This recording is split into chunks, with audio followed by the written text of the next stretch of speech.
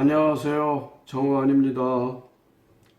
이 시간에는 지난 10월 23일에 열렸던 삼국유사 세미나에 대해서 말씀을 나눠보고자 합니다.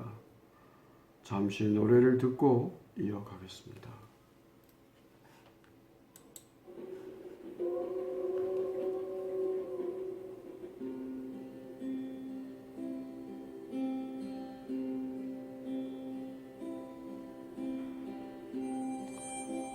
우리의 역사를 찾아서 삼국유사를 찾아서 삼국유사 세미나를 찾아서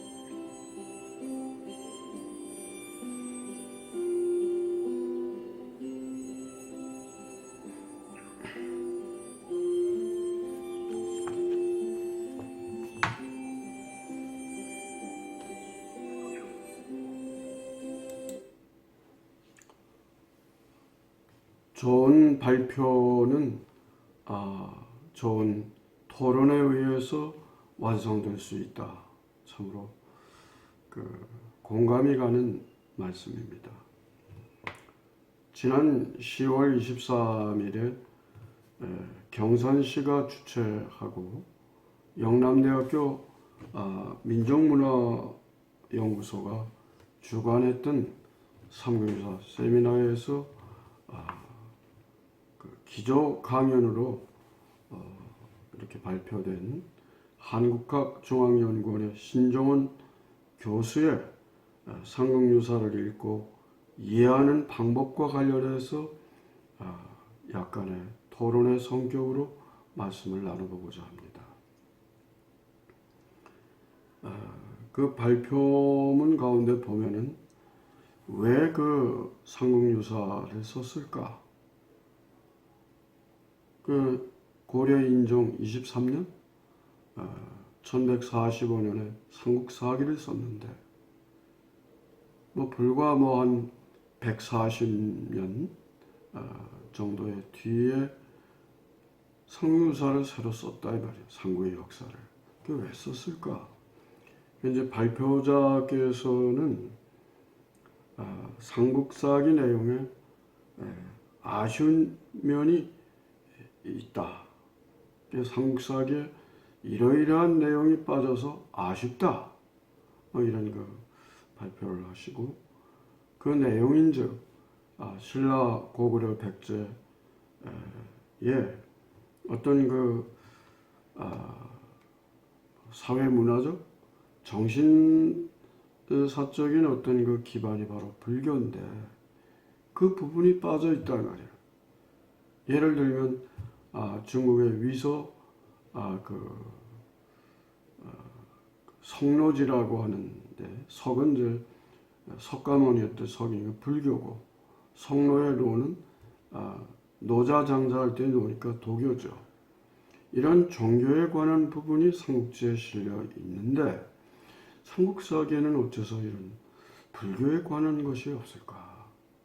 그래서 이게 삼국유사를 썼다. 또 다른 하나는 말하자면 육당 최남 선생이 삼국유사가 역사의 이삭줍기에 해당하지만 그 이삭줍기가 바로 보물이다. 그렇게 이제 지적을 하신 바. 그러니까 이 삼국유사의 약 반에 가까운 부분이 신라의 역사를 기술한 것이다. 그래서 이런 것들이 좀 아쉽지 않느냐. 저는 여기에 대해서 좀 관점을 달리합니다. 뭐냐면 아쉽다는 것은 있으면 좋고 없어도 그만이다 이 말입니다. 그거는 좀 아니지 않느냐. 삼국사기에 제일 먼저 신라 고구려 백제 중에서 제일 먼저 나라를 건국한 게 신라 아닙니까? 그게 기원전 57년이단 말이죠. 그러면 그 앞에 있는 고조선의 단군 왕검의 1500년 동안의 역사, 또 북부여 또는 이런 발해 이런 것들이 거의 다 빠져버린 거예요.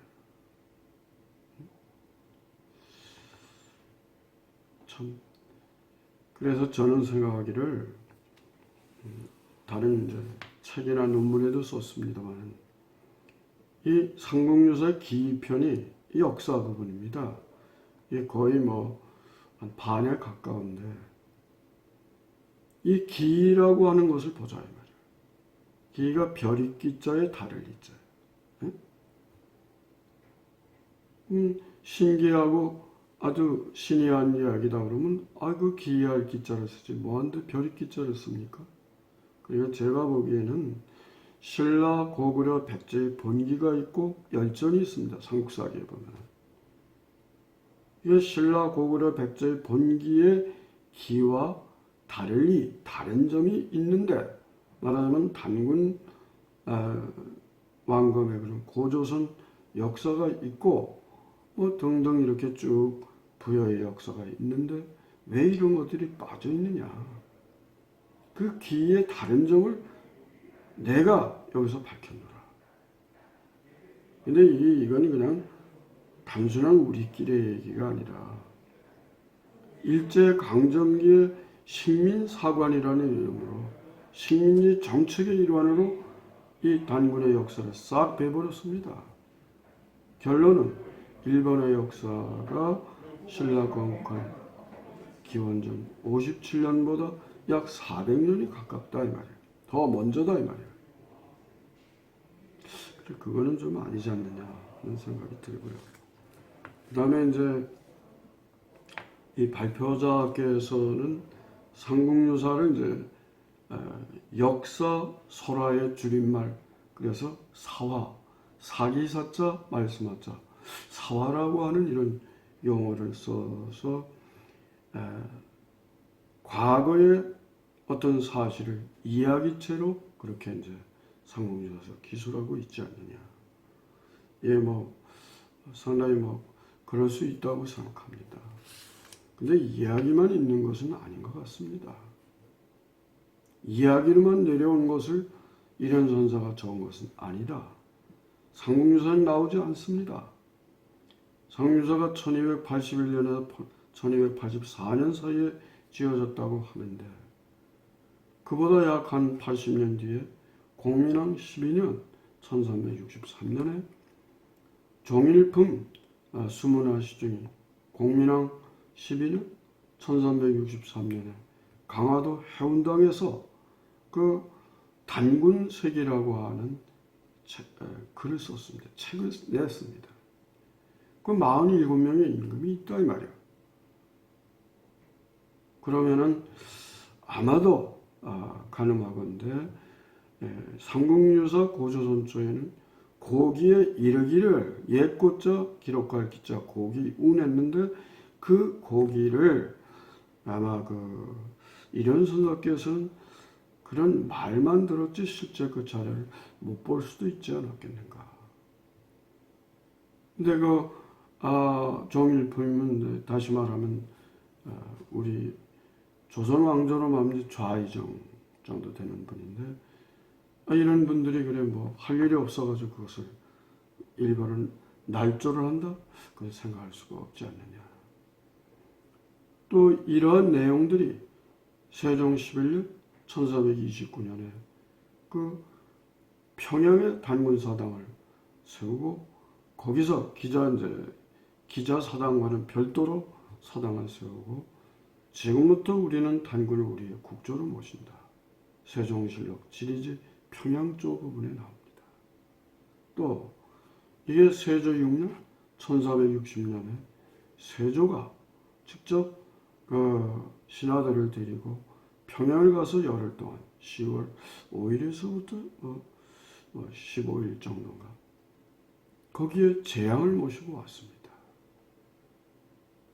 또 제가 더욱 참 이런 것을 좀 뭔가 역사적 기록 사실에 가까운 것이 아닌가. 단군색이 또 이제 그 삼국유사가요. 제가 2016년에 2월 달에 중국의 길림성 장춘시에 있는 길림외국어대학의 초빙교수로 갔었습니다. 그 2달 전 2015년 12월 21일인가 기억합니다. 국문에서 발표를 했어요. 그동안 전설성의 인물로만 왔던 요임금이 역사적 인물이라는 겁니다. 왜? 30년간 우리가 발굴 조사를 했다. 어디에서? 중국의 산서성 인분시 그 이제 질그릇 도자, 절사자, 도사유적이라고 하는 데서 해보니까 약 한 13,000평 정도의 왕성토가 나왔고 뿐만 아니라 그럴 문자, 요임금 요자와 같은 문자가 나왔더라. 따라서 요순임금은 역사적인 인물이고 그래서 중국의 역사를 400년 위로 끌어올려서 기술을 했다. 그러면 이 요임금의 이러한 발굴 문제와 삼국유사에 나오는 고조선 단군하고 무슨 관련이 있습니까? 삼국유사를 보면은 고조선 부분에 말하자면 요임금이 즉위를 해서 50년 되는 경인년 해에 단군왕검이 평양의 도읍을 정하고 국호를 조선이라 했다. 그런 기억이 같은 시대 아닙니까? 그러니까 이렇게 그냥 아쉬운 면이 있기 때문에 있어도 그만 없어도 그만이기 때문에 상류사를 지은 것이다. 그런 조금 다시 한번 되돌아볼 수가 있지 않는가 그런 생각이 듭니다. 다음 또 이제 역사 연구와 문학의 터전이라고 하는 장에 가서 단군 신화의 이제 곰과 호랑이에 대한 이야기를 말씀을 했습니다. 이건 짐승이자 신격인 호랑이가 실격되고 곰이 환웅의 배우자가 되었다. 단군 신화 가운데는 호랑이를 주인공으로 볼 만한 그런 내용들이 있는데 이 고조선에 실린 내용은 바로 이제 그 곰으로 나오니까 이게 좀 문제가 있는 게 아니냐. 글쎄, 이건 이제 어떤 이제 논리가 서자면 기록이 있고 그 기록을 뒷받침할 만한 어떤 실제 유물 유적이나 지명이나 국명이 있으면 좋은 거 아니겠습니까? 그럼 앞뒤가 맞는 거 아니겠습니까? 제가 볼 때는 물론 이제 곰을 토템으로 하는 부족과 또 호랑이를 토템으로 하는 부족 간에 이제 호랑이를 토템으로 하는 부족들이 곰 부족에게 밀렸다. 이제 그런 하나의 연구의 보고도 있습니다만은 저는 곰을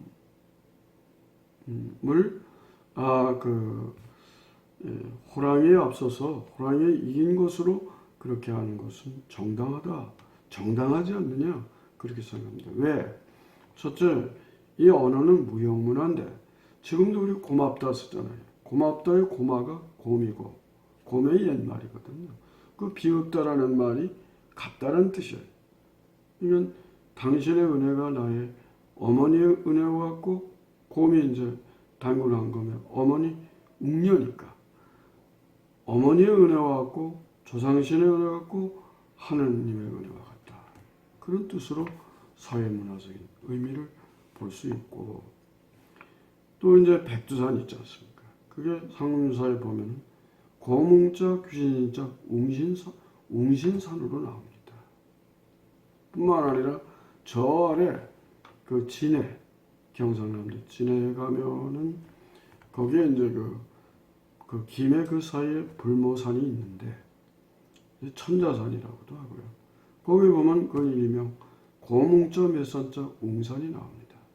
또 가운데 충청남도 공주를 보면은 용비어천과 권삼십오에 그 고뭉자 나루진자 이게 이제 뒤에 공주가 됐는데 이거를 훈민정부가 어떻게 적었냐? 고마나루라고 적었어요. 고마가 음절이 하나로 되면 곰이 됩니다. 이 고마가 고뭉자 나루진자의 고뭉이란 말이에요. 웅과 곰이 고마가 같다 이 말이에요. 고마는 어떤 속성을 갖고 있냐? 이게 선조 9년 안에 말하자면 유희춘 선생이 펴낸 신중유합이라고 하는 자전이죠. 거기에 보면은 고마경, 고마건, 고마운. 고마란 대단히 경건하게 흠모할 대상이다. 그런 내용이 나온단 말이죠. 그러니까 이러한 지금도 웅진동이라고 그래요. 거기를.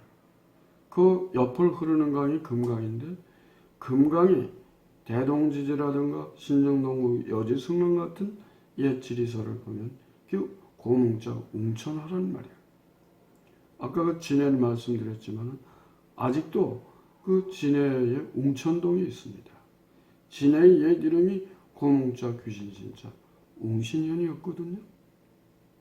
뿐만 아니라 신정동국 여지승낙하면 웅이라든가 어떤 능자도 곰능이라고도 해. 능력 개발할 때 능을. 또 이제 흰백이라든가 이걸 맥이라고도 읽거든요. 또 백제를 맥제로 읽는다.